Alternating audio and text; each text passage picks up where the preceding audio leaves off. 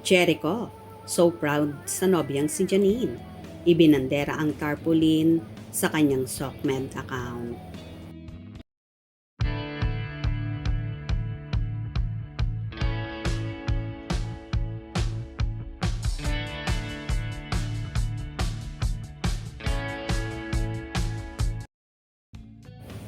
Proud na proud nga ang Asian drama king na si Jericho Rosales sa nobyang si Asia's rising star na si Janine Gutierrez kung saan ibinandera niya sa kanyang Instagram story ang video ng tarpaulin ng dalaga.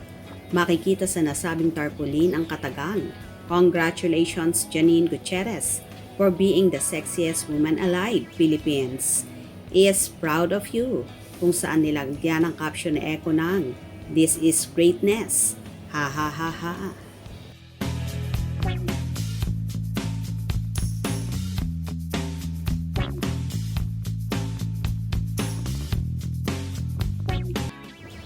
Samot-saring reaksyon naman ang naging tugon dito ng mga fanay.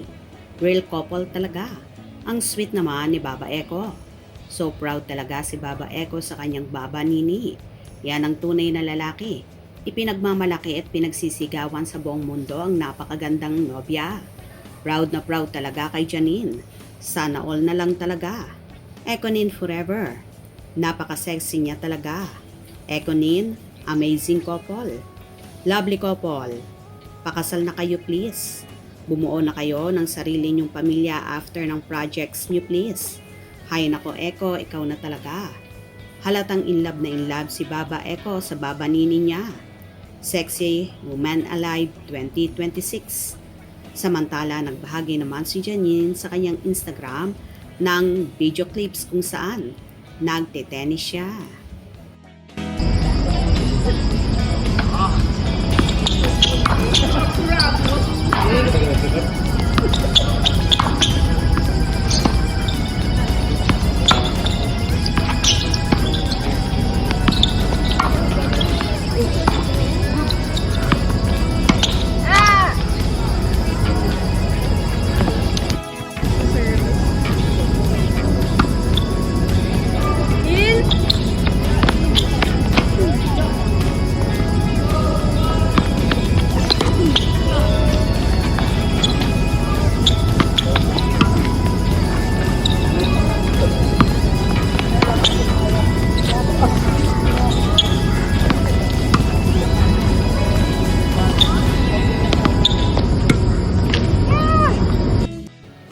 Tinuri naman ng ilang netizens ang pagtitenis na yon ng actress.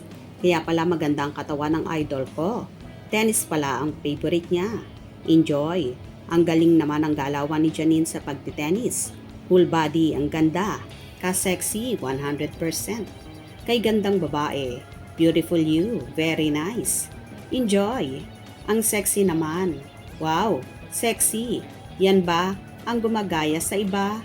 Galing pala niyang maglaro ng tennis kaya lalong maganda ang katawan. Lovely. Since high school, in St. Paul in Pasig.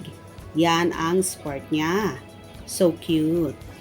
Sexiest Woman Alive 2026. Enjoy lang idol. Sexy, ang ganda pa. Wow na wow, si Janine Gutierrez, pretty legs. Body to kill. Idol Janine, wala akong masabi sa kanya. Sexy, talagang sexy and beautiful.